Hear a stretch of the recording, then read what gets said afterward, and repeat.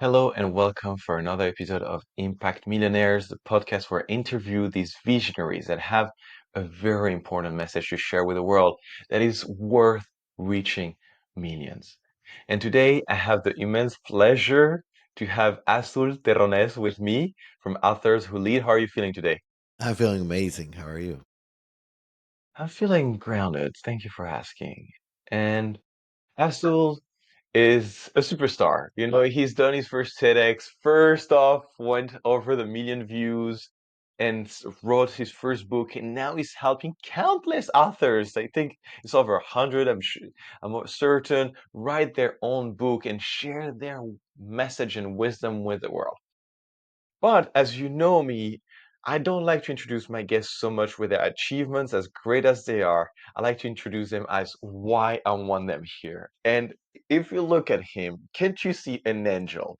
He's there shining. He's so sweet. And from the very first time we've met, every time that we've been in touch, I've sensed so much love from this person, and I'm getting emotional thinking about it because he's has so much to offer. And that's what I love about him. He's not just helping people just get best-selling authors and just put the title on their LinkedIn bio. I know he cares about his authors, and it's more about the transformation that they go through than the actual book. Even though that having a book published and being bestseller feels great, but it's so much deeper than that. So I want to interview him about this process, but more about what he really wants to share with us today and that he believes is worth reaching millions of people. So, Azul, let's dive right in. Yes, let's do it. What, why do you think a million people or more should listen to us today? What are we going to cover that is so important? I think a lot of people in this world go every day without taking a moment to let go of their thoughts. And as simple as it might seem, that people's lives are ruled by thoughts. And I think the thing I want to do with whether it's the authors I help or any other creatives is to ask them to sit in stillness to find their thoughts. Not because I want them to attach them, but I want them to observe them so they know that they are thinking. Because the most difficult thing for writers to do is to not think when they write.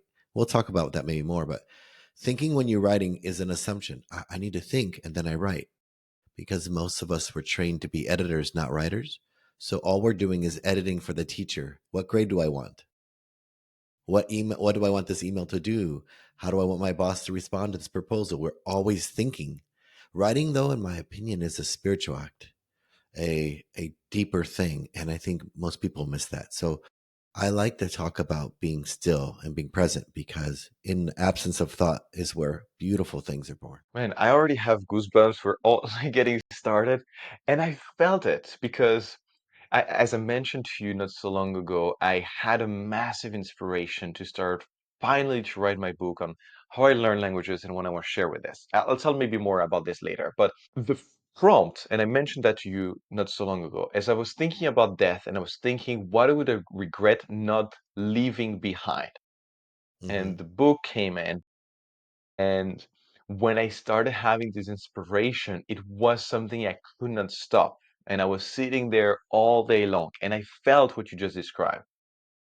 Yes, there were moments of editing, but there were moments of like pure like, just let me get it. Like how can I type faster?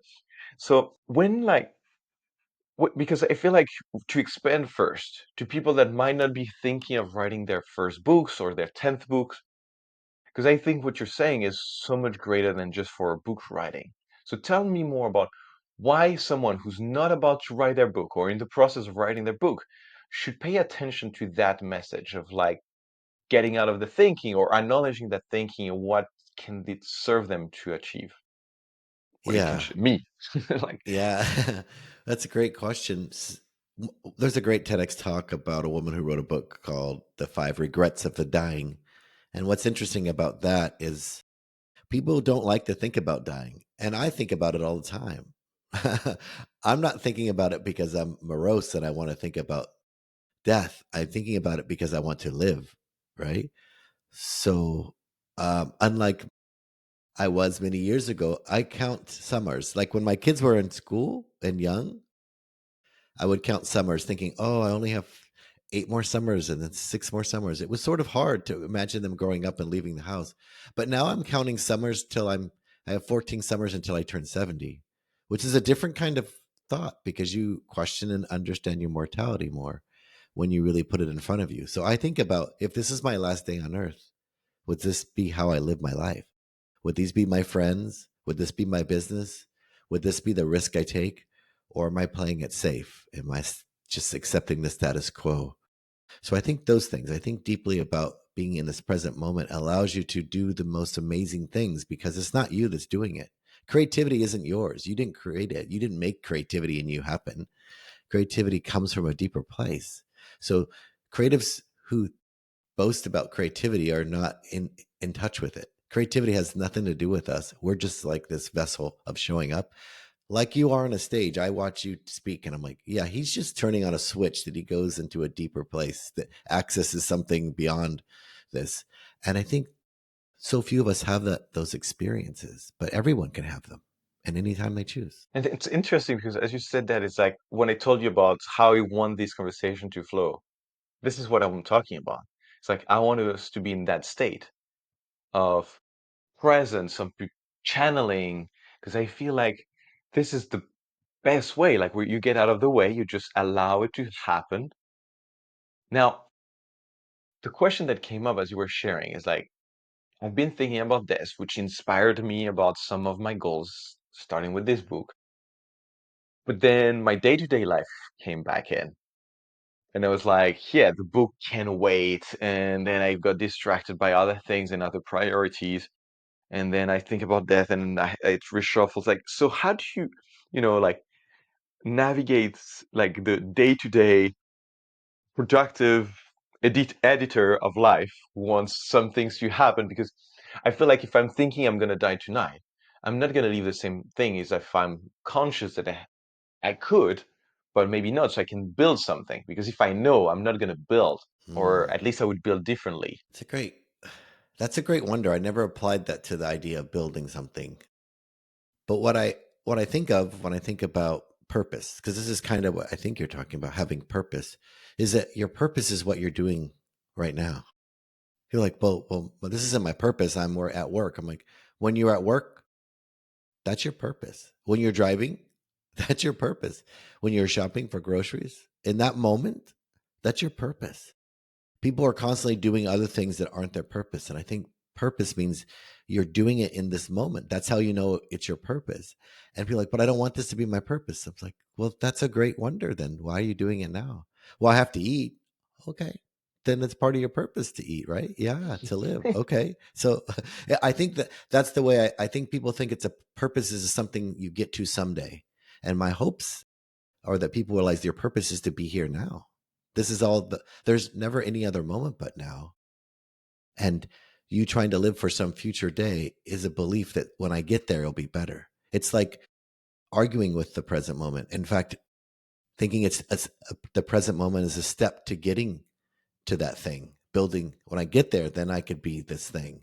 And I encourage people to realize that if you fight the present moment, you won't ever get to that thing because that thing exists in this moment that you're looking for. I was feeling like, in the process of writing the book, like, what if, I get started like I did.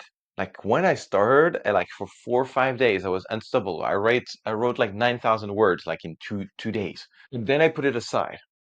And I'm wondering, like, and obviously I want to finish it. I feel very inspired. I feel cold, like when you put me in, like, send me the Lucinda's reference. I'm like, she's gonna be my agent. It's decided. Like, but what if I don't? Like, how can I be in peace if, I start something and I don't finish it? Because that's like you're saying, like, if the purpose is doing is the writing, is not the book being finished. Like, follow my How point? do you, yeah. So as long as you don't see it as a doing thing, like most writers miss the blessing that being an author's about. Being an author is about facing your fears. It's about seeing who you are. Why me? Why am I the messenger of this? Is there no one Mm. else writing about this? If there is, why me? Who am I really in this world? I think it's an act of becoming more clear, right? You know this from being a TEDx speaker and coaching speakers. When they show up deeply for themselves and they get on that stage, it moves the hearts of everyone. And it's like an emotional roller coaster because that person, you're experiencing that human in that moment, like who they really are.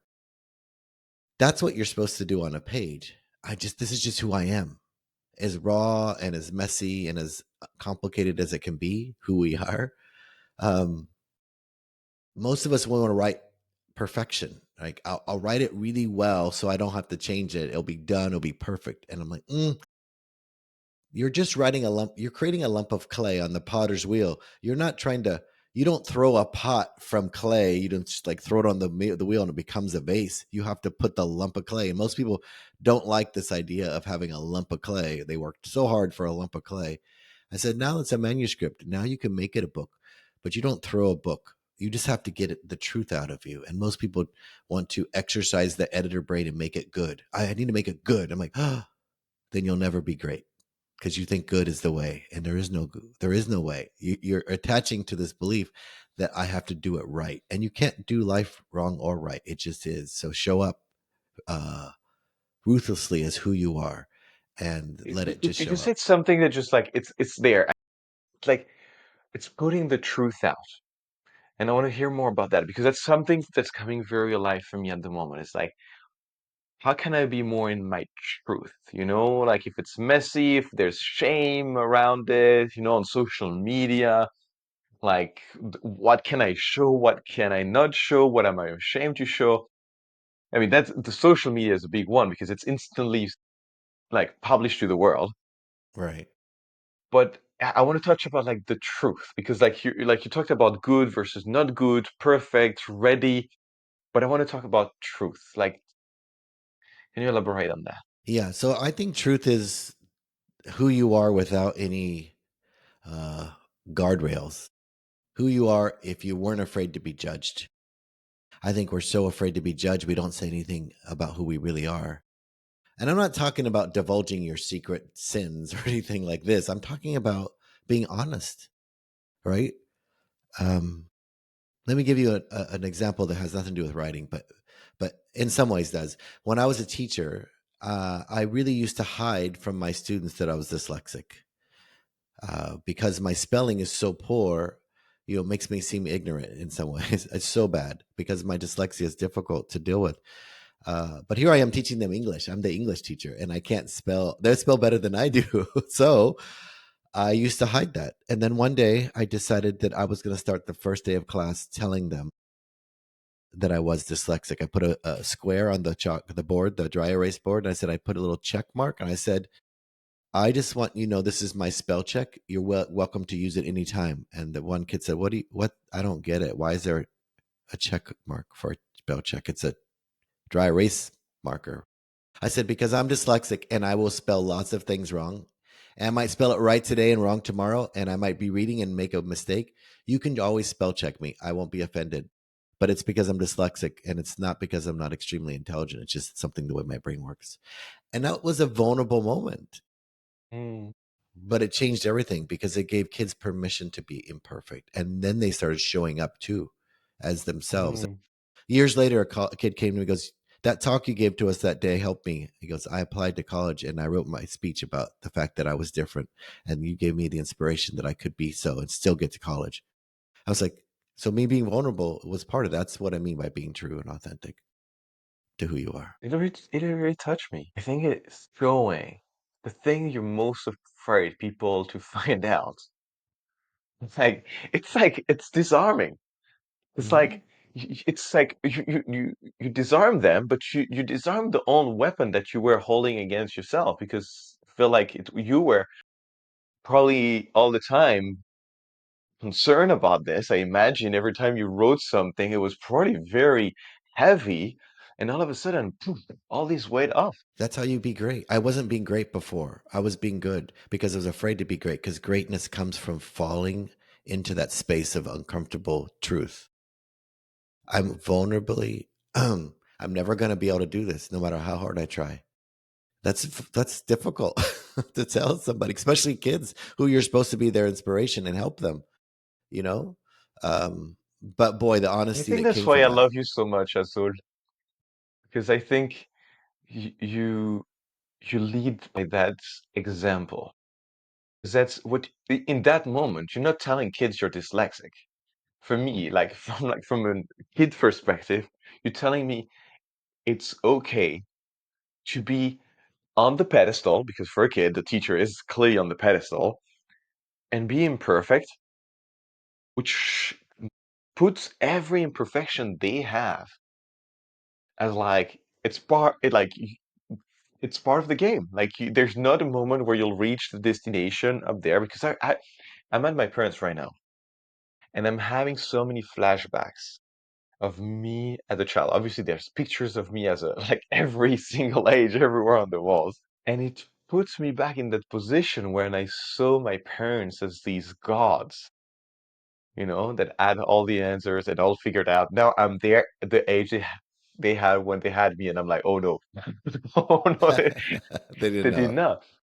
But I think it's like allowing the children, which is alive in every single adult still, be okay with that imperfection and like, oh, I don't have to hide that thing. I can maybe just display it and I can therefore move on because I can shine my gift. And I think going further with this is like your dyslexia, like if we've heard about this one for so many people, like how many more entrepreneurs are dyslexic statistically, and how much other advantages it opens. Because every um, disadvantage is an advantage when you look at what other advantage, like the other side of it. Yeah. I think that's it. I didn't realize I was dyslexic until I was almost done with college. So I didn't even heard that. I've never heard that word until professor was teaching about it and said he was dyslexic, and I didn't know what he was talking about. I'd never heard of that word. So it was difficult. But what I noticed is the things that were easy for my peers, they would read novels. Like I failed freshman English at UCLA, a very nice university. I didn't pass class because I couldn't keep up with the basic things. But they were looking for words. They were looking for the words, and I couldn't do that. So I was looking for the message behind the words because they assumed that the message was in the words, like in the specific words. And my wonder was, what if the message is in between the words, the stillness in It's between? it's fascinating because I speak many languages and that I used to teach people languages and my approach that led me to speak more than 10. And that was one of the key messages for me to people. It's like let go of the words. Focus on meaning. Focus on connection and communication. Then you'll learn.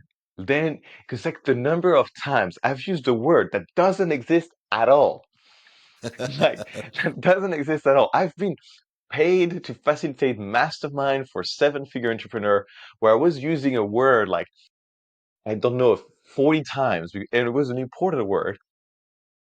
And the next day only, they asked me what it meant, but they did it every single time I asked them to do it because I conveyed the meaning so strongly. They got me. They didn't understand the word. They had a question mark around it, but they did it anyway because I Yeah, focused on meaning. And I love and I think there's so much truth in this. Now, I want to change topic for a second because sure. there's something that popped up for me when you were speaking about, you know, people writing their book and speaking their truth and bringing out their message. And I started getting curious. I was like, but what is yours? What are you here to do? Yeah. Who are you, Azul? Who am I? It's a great question. I'm asking that question every day. My question is, who do I think I am? Like, who did I let the world tell me I was? Right. Um, I didn't love school, ironically. So it's sort of like a punishment to put myself back in school because you can imagine a dyslexic kid when I couldn't read when everybody else could. It was very challenging. So putting myself back in school was really probably not the best choice. It was a really easy place to prove myself and get validation, which is not a good reason to do anything. But who I am now, I think I'm writing books that are fiction, which is unlike a lot. Most of my work is I coach authors to be nonfiction authors. They're leaders who have a message. But I've been finding tremendous amount of joy in writing fiction because at the heart of it all, I'm a storyteller. That's why I'm not a speaker at all by trade or profession, really. But to have a TEDx have such a strong response, to it was because I was a storyteller. That's what I enjoy doing, telling stories. Uh, so I've been writing fiction, and it's been really beautiful. It's been challenging. Fiction doesn't let you hide as easily as nonfiction, because with nonfiction you can tell people what you know. Here's who I am. Here's what I know, and here's what you can learn too. But in fiction, if you're not honest about a character or honest about something, people will know this is fake or this is not real. So you have to be vulnerable the whole way through. You can't just be vulnerable in one little part of the story. Let me tell you about when I failed, a nonfiction book, and then I got up and I did better. But in a book, you have to own, like fiction, you have to own all of the characters' insecurities and all of their doubts, and you have to hold them for the length of the story and watch them change and grow. It's a different experience for me. So I think storyteller is where I'm headed, and I want to write movies and scripts. I want to keep telling stories About what? about being present, about being in this present moment. And it might be a book that talks about the future, or might be something, might be action adventure. But what the truth behind it is, there's nothing that ever happens outside of this moment. And the more people can start to accept that there's more to life than what they think, they might have a chance to really live, like really live, not just live in their mind, trying to do something that they think they're supposed to be doing. So I think that's my purpose, is helping people awaken to this present moment. And I think once they do, they'll realize that they were living inside of their head the whole time, and now they can live right here in this moment. Why does like I believe like because I work with people with a message, Hmm. and some choose to write, most of my clients choose to speak, but regardless, it's a message that we want to share with the world. And what I'm fascinated about is where did that message come from? Because for me, it's our gifts. It's like, and and I like saying it just like it's our gift because I'm not saying is it the gift that you received or the gift that you're giving? Because I believe it's both. So how did that become your gift? I think for me was early on was a compensation because I couldn't read. I think we're all storytellers. Just like I think we're all creative. If anybody tells me they're not creative, I'm like, oh, you went to school, right? They're like, yeah. I go, okay, that's why you're not creative. Schools make you less creative. School's job is to take the creativity out of you. They don't want you to be creative, and they want you to be compliant. Stand one up when the bell goes off, sit down, do your homework, do what you're told, right? That's school. Creativity doesn't live in those rules. Creativity lives in this open, expansive idea that there's more to life than what you see. And so for the gift came when I realized that what if I could show you I was smart when I don't write it down? Most school is writing things down. Like, think about Mm, everything you do for school is writing it down. Very little, unless it's a performance. But I always wanted to challenge my teachers. Let me show you I know literature by telling you a story rather than writing a paper. mm. Let me show you I understand the depth of this war by doing a performance about a character who experienced loss. Let me show you what I know. And I would have to negotiate this because they'd be like, well, that's not the assignment. I go, but what if it was? What if it was? And I just would push on this idea because I felt like I could speak from this place. Um, so I think the gift at first was a compensation. I think the only way it's a gift now is when I let go of my thought and worry. Um, when I speak from the stage, I don't rehearse very much because I don't want it to be about a presentation. I'm not a presenter. I'm a speaker. I speak from my heart.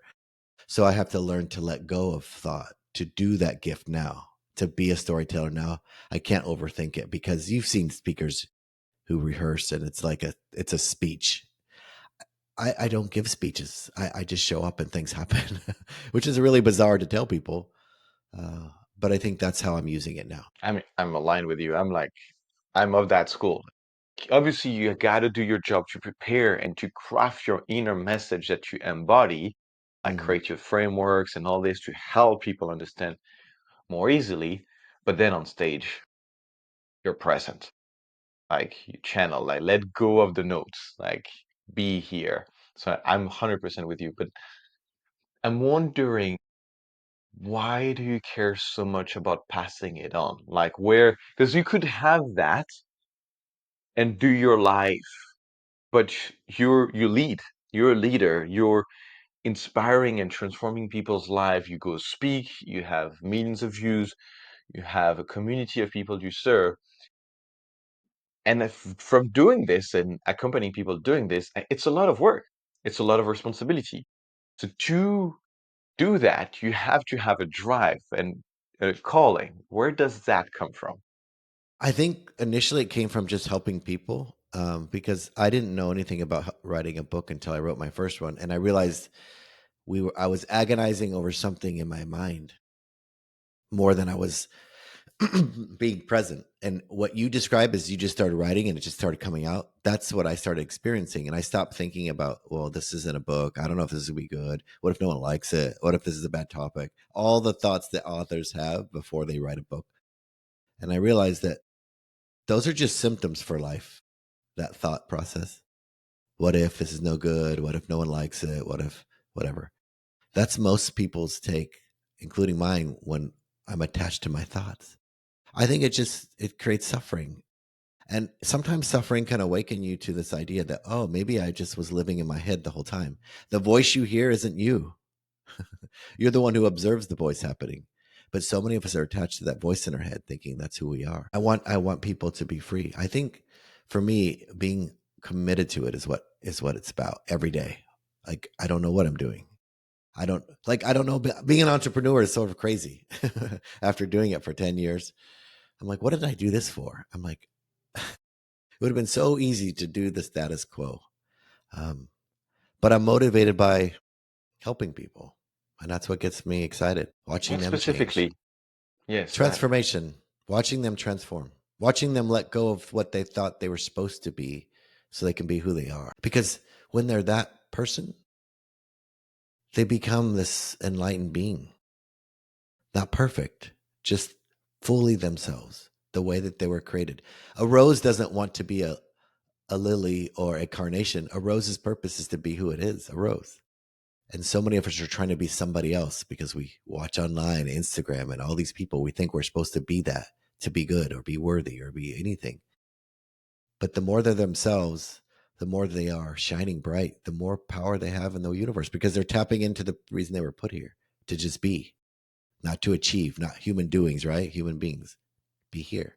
I think that's what will shift the world. Joy, peace, love comes from being ourselves. Where could not be more aligned.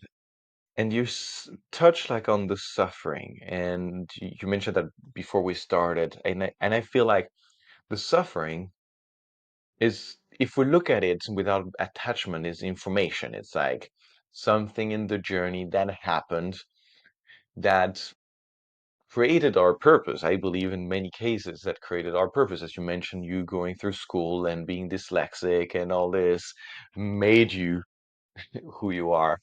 So I'd love you to answer it twofold. One, how you alchemize, I love to see it as an alchemy, your own suffering, and you touch upon like the dyslexia into what you're doing now. But I want to talk about more about like from the emotional energetical perspective. I want to get out of just like the simple like really transform like from suffering to maybe gratitude and wisdom, extracting the lesson. How was that applied to your journey, and how then in two part you guide people to do the same process, to transform their suffering, to their like their inner torture, whatever, however we want to articulate that, into their gifts. So to me, suffering is like you said, it's an object that occurs in your life, right? But too many of us attach and make meaning of it that we misinterpret it from some reason from the past. Oh, if I don't do this really well, I won't be accepted, or I won't be a good kid, or I won't be a good friend. So we create meaning out of things that aren't true for us. So suffering is a cue, like you said, a symptom. Pain isn't a problem. Pain is it's feedback. It's information. But too many people think that I'm not a good person because I did this bad thing. So their suffering's attached to some past moment. And so they don't get to live any other time. So they're constantly living in the past or trying to fix things so in the future it'll be better. Can we? I want to talk about you first before we talk about others. Like, how did you start this process of, because you were not born with that wisdom. You had to go through like through the, Well, I've had a lot of suffering. I think that's the thing is suffering can break you down and maybe that's what it's supposed to do. But it also then can be the thing that rises you up. Like I've suffered lots of death from a very young age, and hardships and the things that happened to me as a child. And those sufferings made me introverted at first because I didn't see the world as safe. Things happened to me that I thought you can't trust people. You got to do things on your own. So independence became my favorite thing. But because of independence, I became very, you know, reclusive or away from people. In that time of suffering, like it was suffering to be push yourself alone because you think the world's not safe isn't a good thing. But what it caused me to do is be very introspective and observant and quiet. That was a result of me suffering. But as I started to observe more, I started to learn what people are about and be more thoughtful about what was going on. And to observe my children suffer is when I really started to learn. Mm, I observed my children suffering, and that's when I noticed that oh, we're all suffering. I just see it in them because I feel responsible to them, right? I just didn't notice how many people were just suffering. Have you ever seen somebody get angry because you took their parking spot or something? They're like cursing you and flipping you off, and oh, I can't believe you're like, wow, I just parked. I didn't know you were going to park here, and they're yelling, cursing. You're like, wow, that person's really suffering. Like, it's interesting over a parking spot. The little lines painted on the ground, like they're suffering.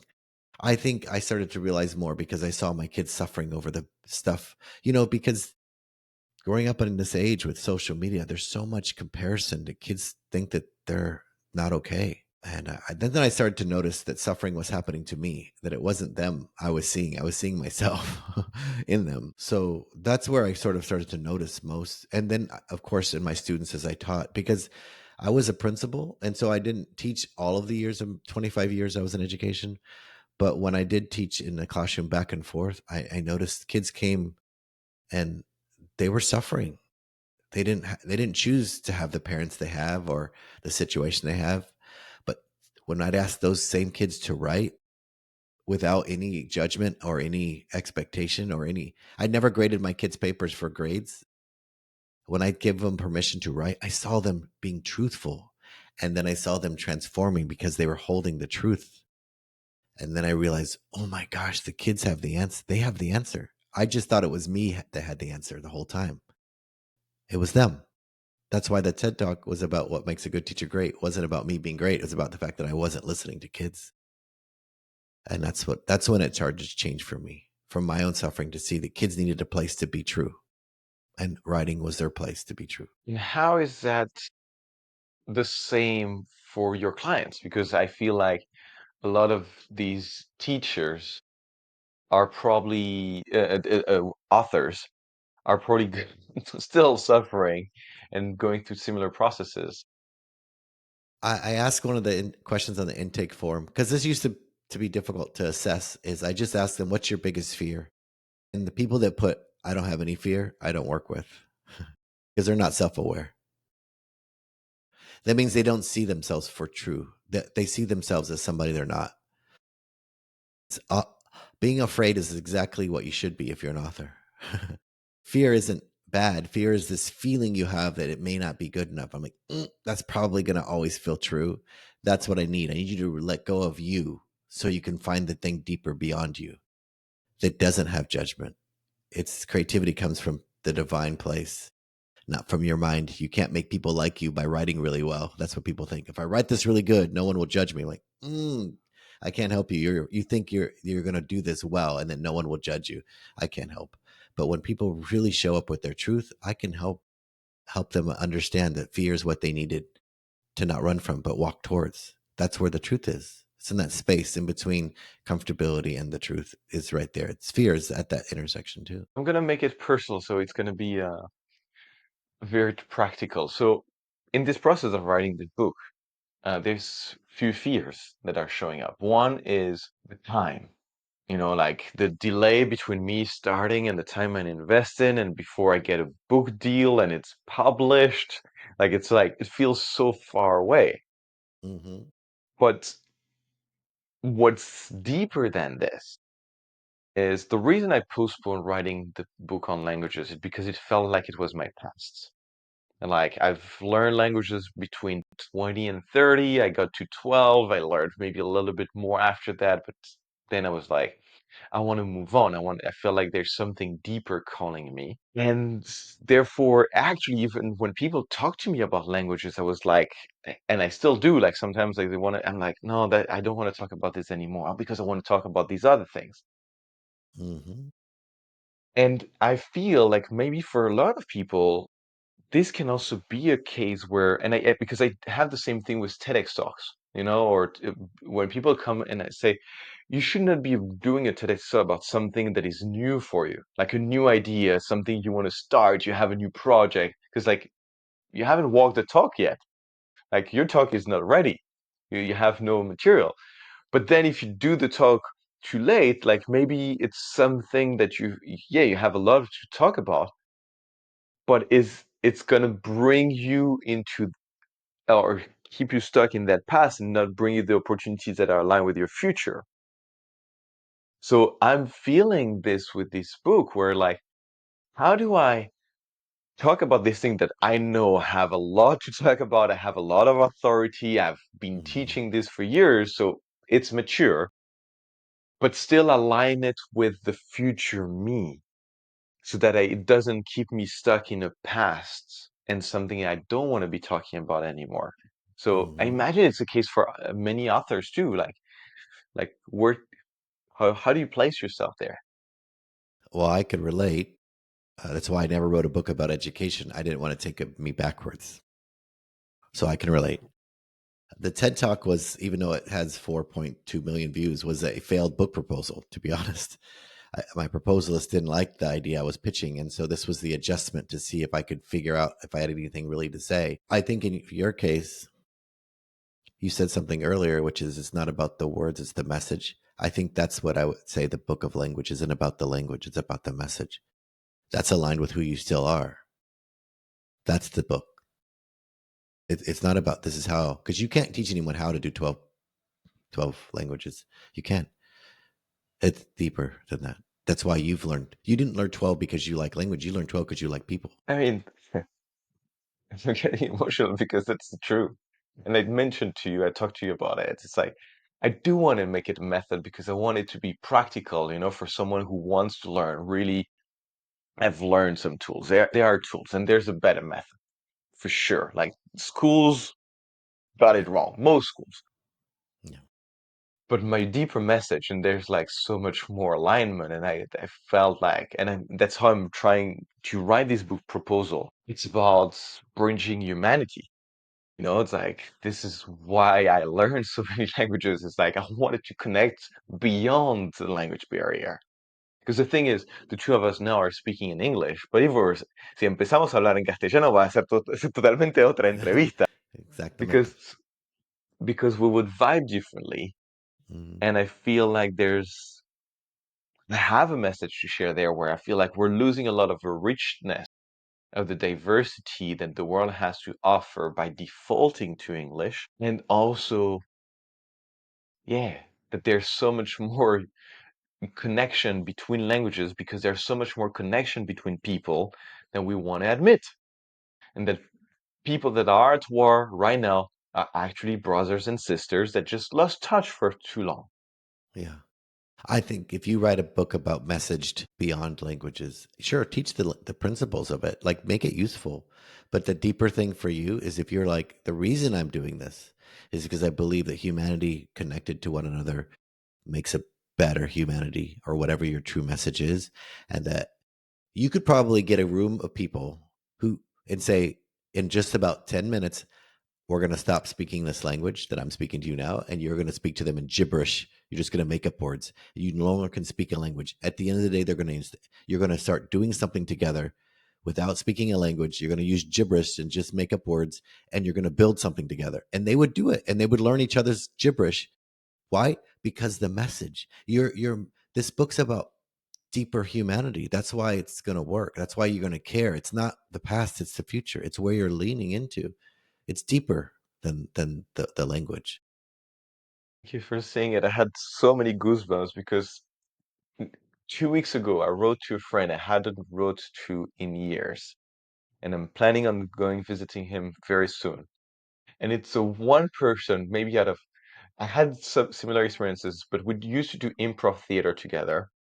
And one of our thing was to do gibberish improv, and we would understand each other. We made people believe that we were brothers and we came from a remote island that spoke this language, and we were understanding each other. And because I know that when people let go of the idea, because what happens with languages is people are stuck in the idea that I don't understand. Their first a priori is I don't understand if they're like it's not the language they speak. So you have Germans not understanding Swiss German when I'm like, come on, I even understand some. Like if you assume you understand, you can understand much more. And I feel like I feel like in this we're so aligned. It's the message. It's about the message. Yeah. See how much deeper that conversation already is by just putting that attention. You'll be fine. Just I think you're just getting a new perspective about the depth of language. It isn't about language at all. No, I mean, if I'm very honest, a part of me is like, it's about rebuilding the Babel Tower, like reconnecting humanity, the division of languages. Like, let's reunite and reach God together because we all, I think, in the essence, we all want the same thing. Now, I want to bring it back to you and the work you're doing because I feel like there's a bridge between this conversation and what you were saying about what you help people do. Because I believe in essence, it is about helping people shine and allowing themselves to express their truth, regardless of the correct word, regardless of the correct spelling, Right. but focusing on the essence of their message, what that they're here to carry, and you help them translate that into a book. Now, if someone is listening today and they might not think they're worthy to be an author. And maybe it's not the first step for them. It might be they need to have few steps. What can you tell them, to help them understand that yes, they have a message. Yes, they're already worthy. And yes, it might not have to be like 1,000 pages nonfiction book or like this big thing. Like how can they get started or whatever stage they're in, how can they do one step forward in where you want to take people? It's interesting that most people's biggest fear is imposter syndrome. Like they worry, I won't be able to finish it. I don't know. I get stuck. And I was like, I relate to that feeling because I got stuck for 24 years. I say it took me 24 years and 30 days to write my first book, 24 years to try and fall and fail and never finish. Once I figured out the things that were actually blocking me, it took me 30 days because I was living in my out of my mind and not in my mind anymore. So I think the first thing would be is understand that books aren't words. And I know that seems strange. People are like, well, isn't that all a book is words? I said, not at all. The same way language isn't what you think it is. Words are a message. Like books are a message that words are holding together. Like the book is the thing that says, here, I have a message. It's inside of this thing. Careful, don't drop it. Right. It's like as if it's water in a dish. But it isn't the it's not the dish isn't the thing, it's the water. It's the message. What's the message? Because that's a great book can be passed on to somebody else. It's more powerful if I say, hey, I noticed you're looking really upbeat today. And someone says, I know, I read a book. You read a book? Yeah, it changed my life. Wow. And if they mention the book and they say, yeah, this book does this and it made me think this, that's the power of a book. It's not the words that were on the page. It's the way in somebody embodies it and is able to take it away from you and use it for themselves. So book has more power outside of themselves than in the page. So people stop getting worried that the book won't be good. That's what you're saying is, I don't think I'm good enough. I'm like, oh, that's where we have to start. The enoughness that you're feeling, that this won't be good if I don't do it well. That's like saying, if I go on this date and she doesn't like me or he doesn't like me, then I'm no good. No, that just means that this is not a match. That's all it means when someone says that about your book too. It's not a match. You can only write the book that you're capable of writing. You can't write harder and make it better. You just have to be yourself, right? Improper books are fine. I don't speak proper English, and I get criticized on my TED Talk all the time. I was like, but it's not the words I was worried about. I was worried about the message more than the words. And I think that's the part that I help people with. That's where you can start too. What's my message? Not what's the book? What is it I have to say? What's uniquely mine? And talk So, about that. like, if I want to break it down to the smallest action that people can take, because what's my message can be an overwhelming question. You know, I help people through that. I continuously ask myself that question. I'm sure you do too. So it's like, I think maybe like relax. There's not a definite answer to this, but Right. what is one thing that people can do today before they find the divine answer to what's my message and like channel a book in 10 days? What? What you can do is realize that writing is something you can do with very little time. So sit down for I don't know, 2 minutes and write. Write down as many words as you can that come out of your mind, or just write, whatever. At the end of 2 minutes, stop and count how many words you wrote, and then divide it in two and say, "Oh, my one word count is for me is 28 words in a minute. I can write 28 words in a minute." Okay, if I wrote 28 words in a minute every day for an hour, just an hour a day, I would finish a book in 30 days with just writing 60 minutes a day, because that would be 1,680 words in an hour. I wrote that every day for an hour. That would be 50,000 words in 1 month with just 1 hour a day. That's how I write my books. If you want to practice, figure out how fast can I write without thinking, and write very fast, and you can see how fast you can write without thinking. The belief is that books are hard and take a long time. I go, oh, you created a belief because your belief did this when you were in school. You wrote the paper the night before, right? You had a belief this is hard. So you put it off. And then what'd you do? You did everything you could to get it done in the shortest period of time. Yes, but you did it with this delayed belief. So do it intentionally. I can do this quickly, and watch how fast you write. Start writing, you know, 200 words a day. Like, start with very little. Don't think, just write. And eventually you'll realize writing a book isn't hard. It's the beliefs I have about writing a book that are hard. I love it. And I think like if you're watching, maybe you can even start publishing because like 200 words is a post and you can start getting into the habit of getting it out because that's the other thing is to hit the publish button before it hits perfection. And then another thing, because you mentioned that earlier, but there's a way I present that is to separate creativity to productivity. For me, creativity is something that goes up and productivity is something that goes down. It's not that one is better than the other, but I noticed that when I was writing, is like when I'm creative, it's just like no editing. No editing. It's just like it's like the sentence and it comes and all this. It's just like create it and then come back to it and produce. And personally, I noticed that when I alternate the two, I'm more productive at the end of the day because if I'm just trying to be creative, there's a moment I'm like, I don't remember what I'm writing. So I come back, edit a part I wrote, reread it. Oh, this is what feels like comes after that. That was like for me really helped me get in that flow. Yeah, that's a great. I agree with you. There's two sides of your brain, the creative side, the left side, and the right side. The creative brain, if you get stuck with writing, you look at the page and you just can't write. I tell my authors, I want you to draw me your book. And they have a little bit of attack. Like, oh, I don't know how to draw. I'm like, oh, just like you don't know how to write a book. You know how to write a book. It's one word after the other until you're done. You know how to draw. You draw. You just move the pencil around. So my job is to push them up beyond their fear. Show me what your book looks like, and they're very uncomfortable. Because where's the message? I don't know. It's in these pictures. Tell me about them. So what I first do is, like, if you think that words are a book, draw it out. This is my book in a picture form. Use images, colors. Get out of your brain. Stop thinking so hard. And then when it's time to edit, like you described, be an editor. but don't do them at the same time because most of us type, type, type, delete, delete, delete, type, delete, type. No, start over, type. That's the both. You're making both half of the brains fight against each other. Don't Yeah. do it like Your Sebastian. sensor. Turn this brain on, turn this brain off, and turn the other one on. You'll have a much more productive time, and you'll write less time. If I wrote every day for 8 minutes, I could finish a book every 6 months. 8 minutes.